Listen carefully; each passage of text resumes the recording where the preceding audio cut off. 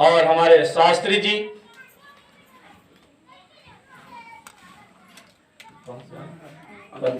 आलंदी कोई जगह है, पुणे आलंदी, हाँ हाँ पुणे जिला कोई हाँ ज्ञानेश्वर भगवान का कोई समाधि स्थल है। ऐसी पावन भूमि से पधारे हुए हैं और संत ज्ञानेश्वर के बारे में आप लोगों को बताने की आवश्यकता नहीं है। वो बहुत उच्च कोटि के संत थे और संत बनते कैसे हैं, आते कहां से हैं? आसमान से नहीं आते, हमारे आप में ही संत होते हैं। जिसका चित्त शांत हो गया, जिसका मन निर्मल हो गया, जिसकी बुद्धि पवित्र हो गई, चित्त गंगा के समान निर्मल हो गया, तो वही संत हो जाया करते हैं। उनकी हर क्रिया पवित्र होती है, उनके रोम रोम में अनंत दिव्य शक्तियां वास करती हैं, जो आम लोगों के लिए दुर्लभ होता है। और कभी कदा संत वो महापुरुष आप लोगों को दुख देख करके कृपा करते हैं। कृपा का तात्पर्य कुछ छोटा उनका चमत्कार स्वाभाविक हो जाएगा, जिसमें आप लोग सोच लेते हैं कि आश्चर्य होता है, परंतु उन महापुरुषों के लिए कोई आश्चर्य की बात नहीं होती, स्वाभाविक क्रिया होती है। जैसे एक गुलाब के फूल में स्वाभाविक खुशबू आना होता है, उसी प्रकार के उन संतों के जीवन में एक स्वाभाविक क्रिया होती है। कभी कदार वो खुशबू फैला देती है, परंतु हमेशा नहीं फैलाती। सुबह हमारे इस आश्रम के जो अध्यक्ष हैं, प्रबंधक हैं, रोशन गुरु जी, तो बता रहे थे कि संत ज्ञानेश्वर की कोई बहन थी मुक्ताबाई, और उनको रोटियां बनानी थी, तो पीठ हीट यानी गर्म हो गया और उसी में वो रोटियां सेक लिया। ये नॉर्मल बातें होती हैं योग में। जब साधक रेचक पूरा कुंभक करते हुए जब प्राणों को अपने अधीनस्थ कर लेता है, तो ये ऐसे अनंत क्रियाएं अपने आप प्रकट होने लगती हैं। संत चाहे तो मुर्दों को भी जिंदा कर सकता है, अंधों को आंखें भी दे सकता है, मरे हुए लोगों को बुला भी सकता है। क्यों? क्योंकि जब साधना काल में होता है तो उनके गुरुजन बताते हैं कि 5 तत्व का बना शरीर है, और साधना काल में 5 तत्वों को 5 तत्व में विलीन कर दिया जाता है।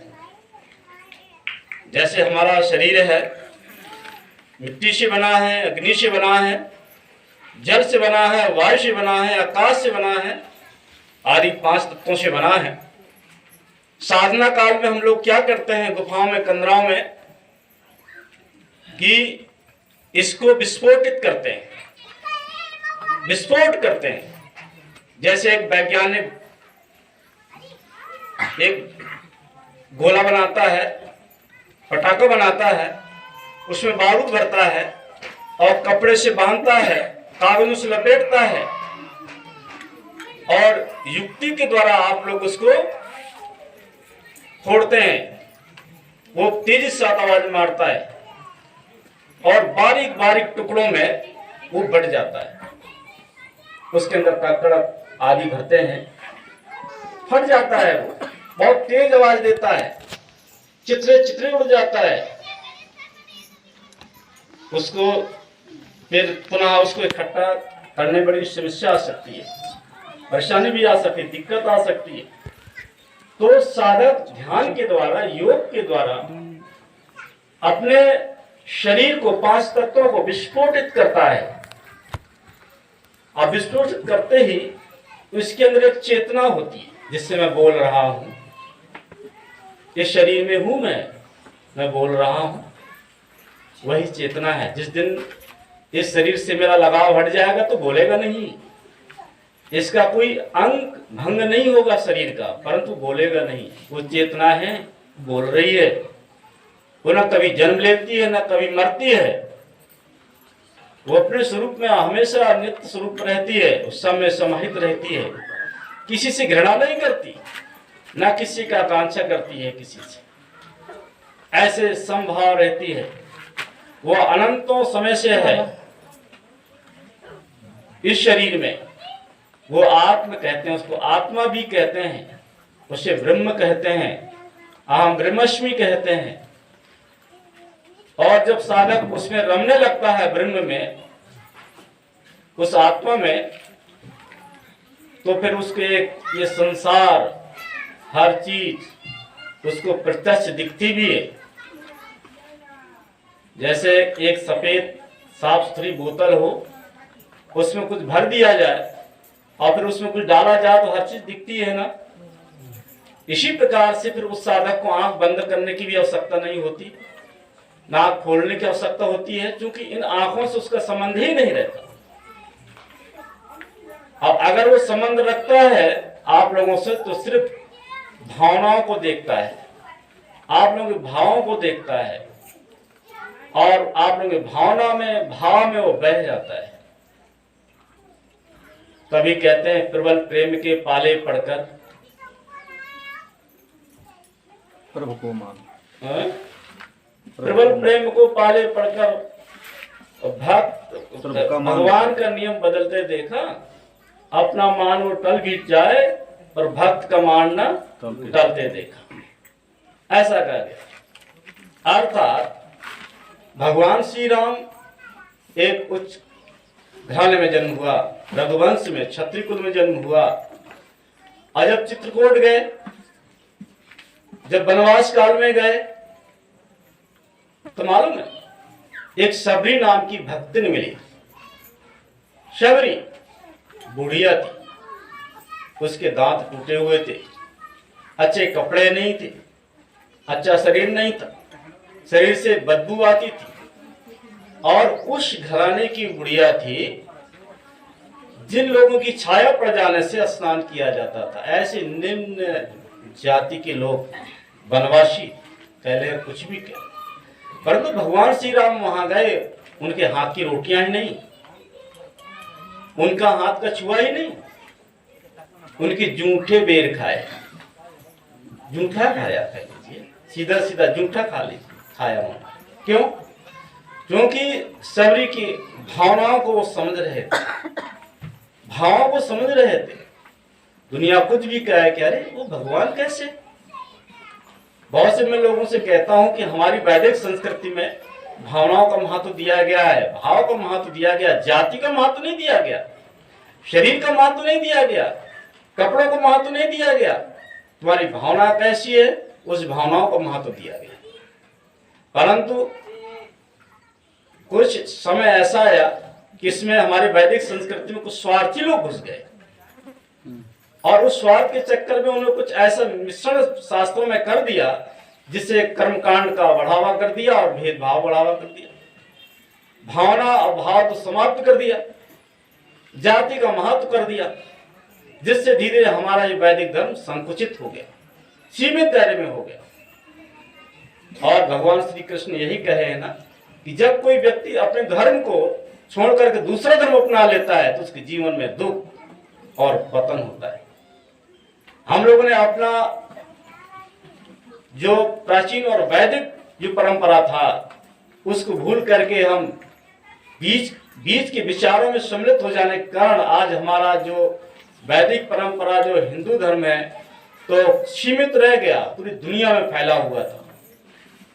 और इस्लाम कुछ ही समय पूर्व जन्म लिया, 1400 वर्ष, देखो सैकड़ों देश, तमाम देश उनके अधीनस्थ हो गए, उनको मानने वाले हो गए, क्योंकि हम लोग दूसरी संस्कृति को ज्यादा अच्छा महत्व देते हैं और अपने देश की संस्कृति को नहीं मान देते। अगर यहाँ कि जो चीज है और उसी चीज को अमीर का अगर बना करके, अमीर का सोच करके यहाँ भेजता है तो हम लोग उसको महत्व देते हैं। जैसे हमारी परंपरा, योग हमारी धरोहर है, योग हमारी ऋषियों की धरोहर है। परंतु जब अमेरिका आदि जैसे देश महत्व देने लगे तो हम लोग भी करने लगे कि चलो भाई टहलो, थोड़ा योग करो। रामदेव महाराज जी आ गए तो जब वो विदेश के लोग करने लगते हैं तो हम लोग भी करते हैं।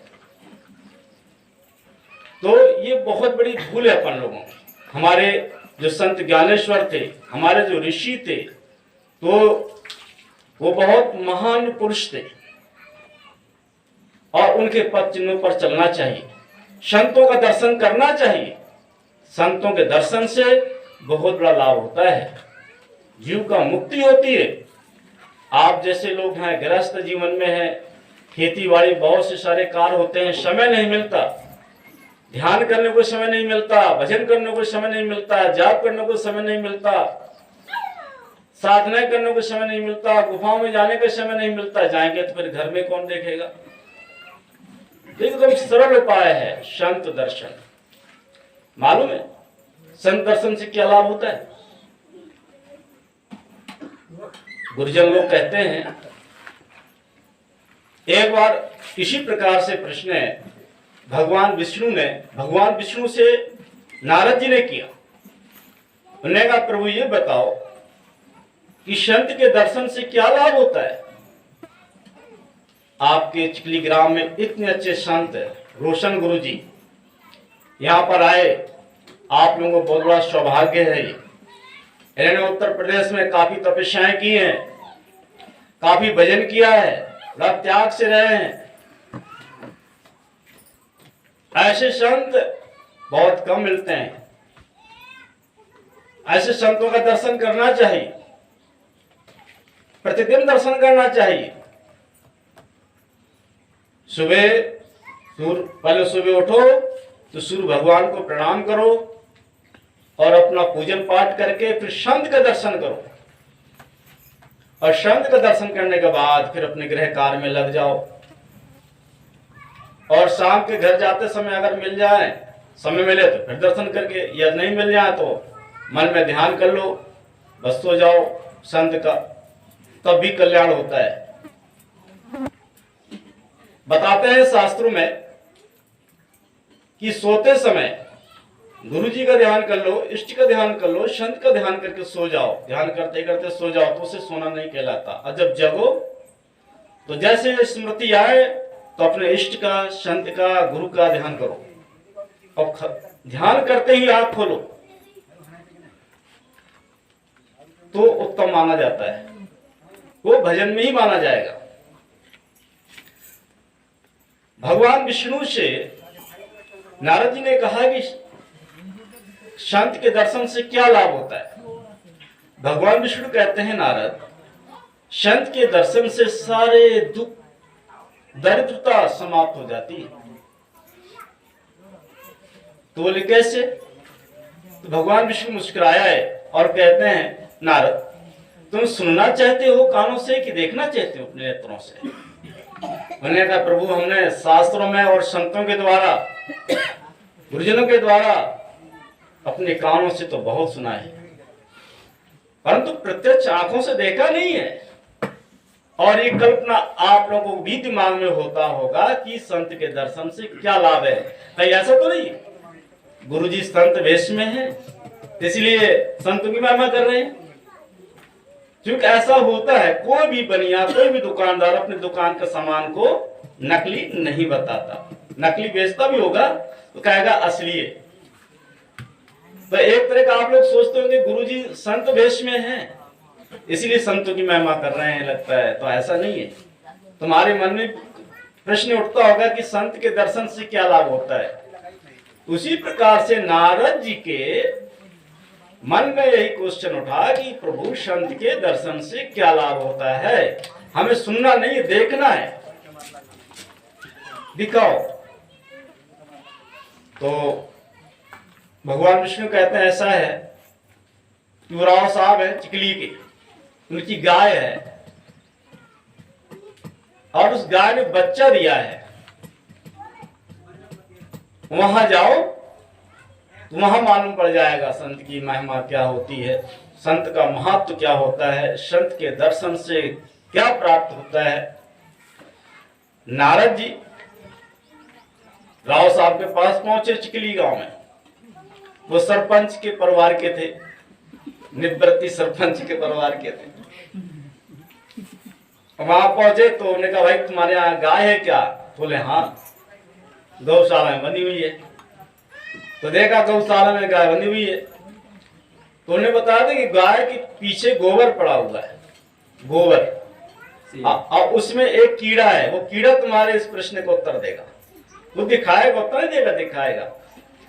तो उस कीड़े के पास गए नारद जी, उनका देखा तो नारद जी को देखती पहले प्रणाम किया, भगवान ओम नमो नारायणाय वासुदेवाय। तो वो कीड़ा हमने कहा भाई हम गाय के पास गाय के दर्शन करना चाहते हैं। उन्होंने कहा हमारे वो अखाड़े में गाय बनी हुई है। अखाड़े में लेके आए नारद जी को, देखा गाय, तो देखा वहां गोबर पड़ा हुआ, तो कोई कीड़ा दिखाई दिया। तो कीड़ा से क्वेश्चन कर दिया। उन्होंने कहा प्रभु ये बताओ कि संत के दर्शन से क्या लाभ होता है? उस कीड़े ने कहा कि प्रभु आप देखना चाहते हो कि सुनना चाहते हो? उन्होंने कहा नहीं, मैं देखना चाहता हूं। तो एकदम प्यार से, स्नेह से भरे, समर्पण भाव से भरा हुआ नेत्रों से देखा और कीड़ा खत्म हो गया। जहां प्रेम, प्रेम ऐसा कि दो नहीं एक हो गया, स्नेह ऐसा कि हृदय से पवित्र है, और ने शरीर छोड़ दिया। संतों के प्रति ऐसे स्नेह रखना चाहिए, समर्पण, निष्ठा, एकदम समर्पण, सब कुछ, तन मन धन सब प्रभु तुम्हारा, हमारा कुछ भी नहीं, सब तुम्हारा, ऐसा। तो उसी प्रकार से शरीर छोड़ दिया कीड़े ने। जब कीड़ा ने शरीर छोड़ दिया, फिर नारद जी ने कुछ दिखाया नहीं, वो तो और मर गया। तो भगवान विष्णु मुस्कुराए। उन्हें कहा ऐसा है कि अब वहां जाइए,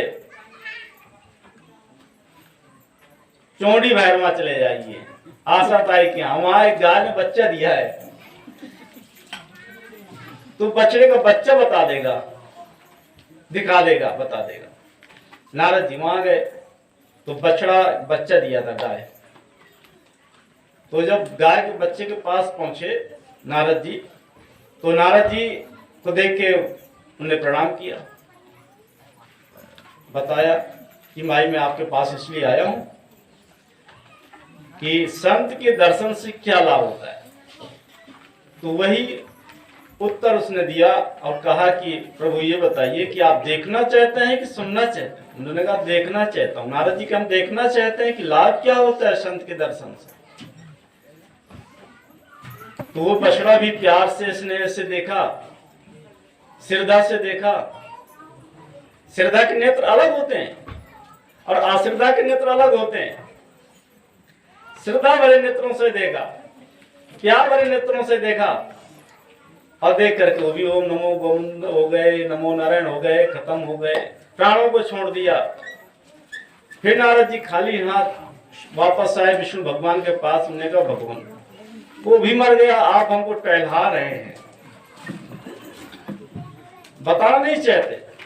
उन्होंने कहा अच्छा ऐसा करो, अभी अभी एक राजा के यहाँ एक राजकुमार का जन्म हुआ है, बुढ़ापे में, उनके बच्चे नहीं हो रहे थे, और बुढ़ापे में एक राजकुमार का जन्म हुआ है, वो आपको बता देगा। उन्होंने कहा प्रभु आप हमको बुद्धू बना रहे हैं, हमारे प्रश्न को उत्तर नहीं देना चाहते, हमको गुमराह कर रहे हैं। उन्होंने कहा नहीं नारद, मैं ऐसा नहीं करता, और भगवान भक्त को कभी गुमराह नहीं करता। हाँ कभी कदा है भक्ति के दिमाग में आ जाता है कि लगता है गुरुदेव भगवान को गुमराह कर रहे हैं, गुरुदेव भगवान को फंसा रहे हैं, गुरुदेव भगवान या गलत रास्ते बता रहे हैं, या गुरु जी की सोच अच्छी नहीं है, सोच हमारी ही अच्छी है, उपदेशक की सोच अच्छी नहीं है, और श्रोतागण सोचता है कि मेरी ही सोच अच्छी है। परंतु ऐसे नहीं होता। पिता कभी पुत्र का अहित नहीं करता, माँ कभी पुत्र का अहित नहीं करती। उसी प्रकार से गुरुजन जो होते हैं, संतजन जो होते हैं, तो शिष्य का और जिज्ञासु का, विद्यार्थी का वह अहित नहीं करते। और नारद, ऐसा भ्रम दिमाग से हटा दो। इस बार आप चले जाइए राजकुमार के पास, फिर मत जाना। उन्होंने कहा ठीक। राजा के पास गए, राजकुमार के से मिले, और जिस राजकुमार ने देखा नारद को तो पहले ही मुस्कुराया। देखिए, मुस्कुराने भी कभी कभी प्रश्न उत्तर छिपे होते हैं। तो उन्होंने क्वेश्चन कर दिया, प्रभु नारद जी ने प्रश्न कर दिया कि आप हंसे क्यों? हंसी में भी क्वेश्चन होता है। हंसने के कई तरीके होते हैं, और विद्वान जो होते हैं तो हंसी से भी पहचान जाते हैं कि ये क्या कहना चाह रहा है। उसमें प्रश्न और उत्तर छिपा होता है। तो व्यंग्यात्मक टाइप में हंसे। तो ने पूछ दिया नारद ने, भाई हंसे क्यों? उन्होंने कहा आपके आने का कारण। तो उन्होंने कहा बस मेरे आने का कारण यह है कि संत के दर्शन से क्या लाभ होता है, वो मैं देखना चाहता हूं। तो उन्होंने कहा प्रभु देखना चाहते हो कि सुनना चाहते हो? उन्होंने कहा नहीं, देखना चाहता हूं। उन्होंने कहा सुनो, देखो मैं आपको दिखाता हूं। पहले जब आप गाय के गोबर में जो कीड़ा होता है, मैं अनंत योनियों में से भटकते भटकते पहले मनुष्य बना, ईश्वर कृपा से मनुष्य बना। और मनुष्य के पूर्व जीव होता है तो डायरेक्ट मनुष्य नहीं बनता, देवता भी बनता है। और देवताओं से, असुर से, मायावी चीजों में से जब क्रियाएं बदल जाया करती हैं, बिगड़ जाया करती हैं, तो फिर वो मनुष्य शरीर में भी आते हैं, देवता मनुष्य शरीर में भी आते हैं। और जब मनुष्य से बिगड़ जाती है क्रिया, अर्थात आत्मचिंतन नहीं करता साधक, तो फिर वो कीड़े मकोड़े, पंछियों में, पेड़ पौधों में जीव चला जाया करता है। तो उन्होंने कहा मैं अनंत रूपों से भटकते भटकते मैं कीटाणु योनि में आया, और कीटाणु में गोरवीला बना गोबर के यहाँ, और अनेक किस्म के कष्ट मैंने भोगा। रात दिन चलता रहता था, मर जाता था। कभी तो ऐसा हुआ कि एक क्षण में जन्म लेता, तुरंत मर जाता। कुछ ऐसे कीटाणु इस संसार में दिखते नहीं है। तो हम लोग खुद श्वास के द्वारा करोड़ों जीवों को आहार करते हैं, और करोड़ों जीवों को हम लोग जन्म भी देते हैं मुख के द्वारा। परंतु दिखने के कारण, ना दिखने के कारण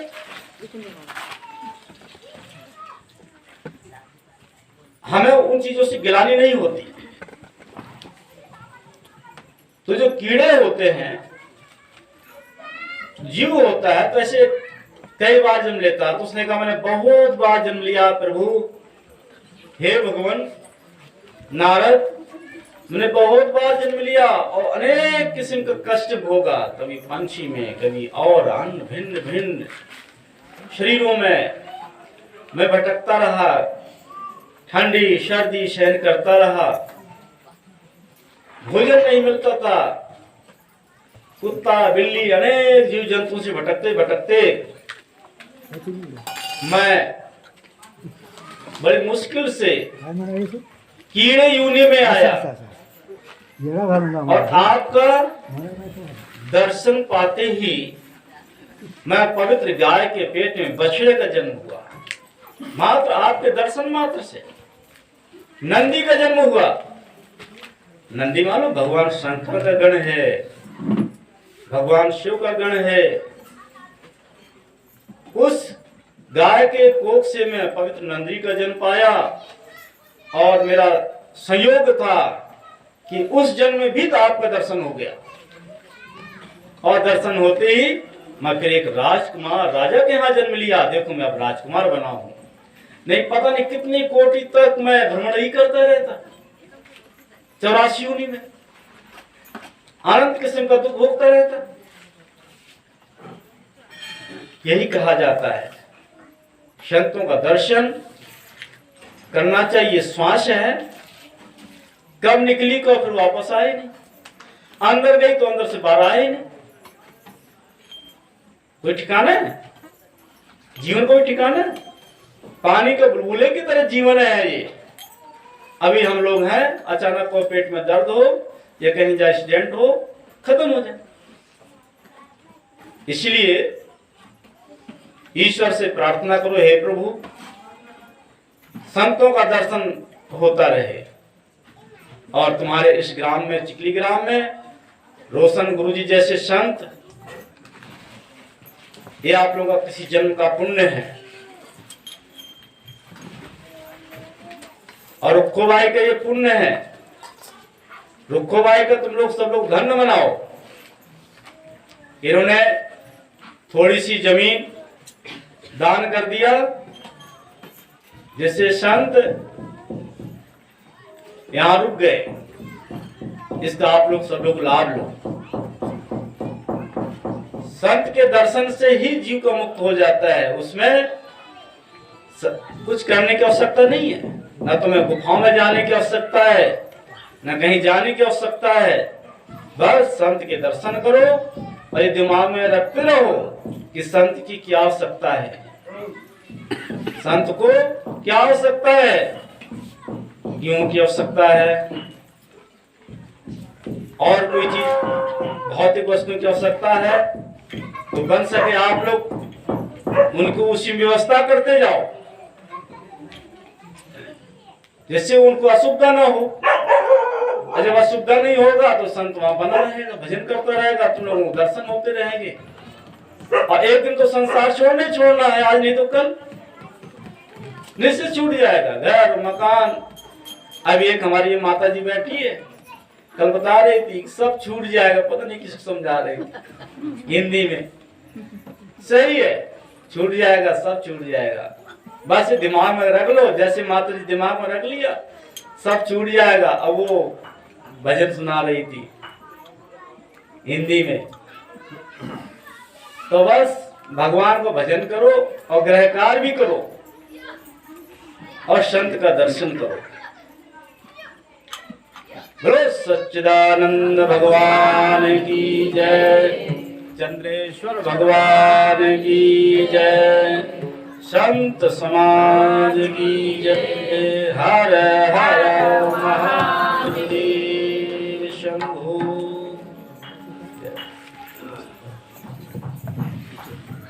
अभी आपने पूज्य गुरुदेव भगवान यथार्थ रामायण के लेखक व प्रवक्ता और भारतीय गौरक्षा संघ के राष्ट्रीय अध्यक्ष और जूना अखाड़ा के श्री महंत पूज्य गुरुदेव श्री महंत चंद्रानंद गिरी जी महाराज के द्वारा, उनके मुखार बिंदु के द्वारा आपने अमृत तुल्य शब्दों का संत दर्शन का क्या लाभ होता है, आपने उनके मुखार बिंदु अमृत तुल्य शब्दों में सुना। अब आगे व्यास पूजन की प्रक्रिया है, वो व्यास पूजन करें। आज से कथा का समापन और कल भंडारा है, आप सभी भंडारे में आमंत्रित हैं। बिल्कुल चूल्हा बंद करके सभी लोग।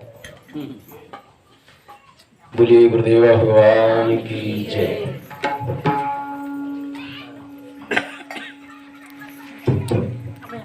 पूजना चाहती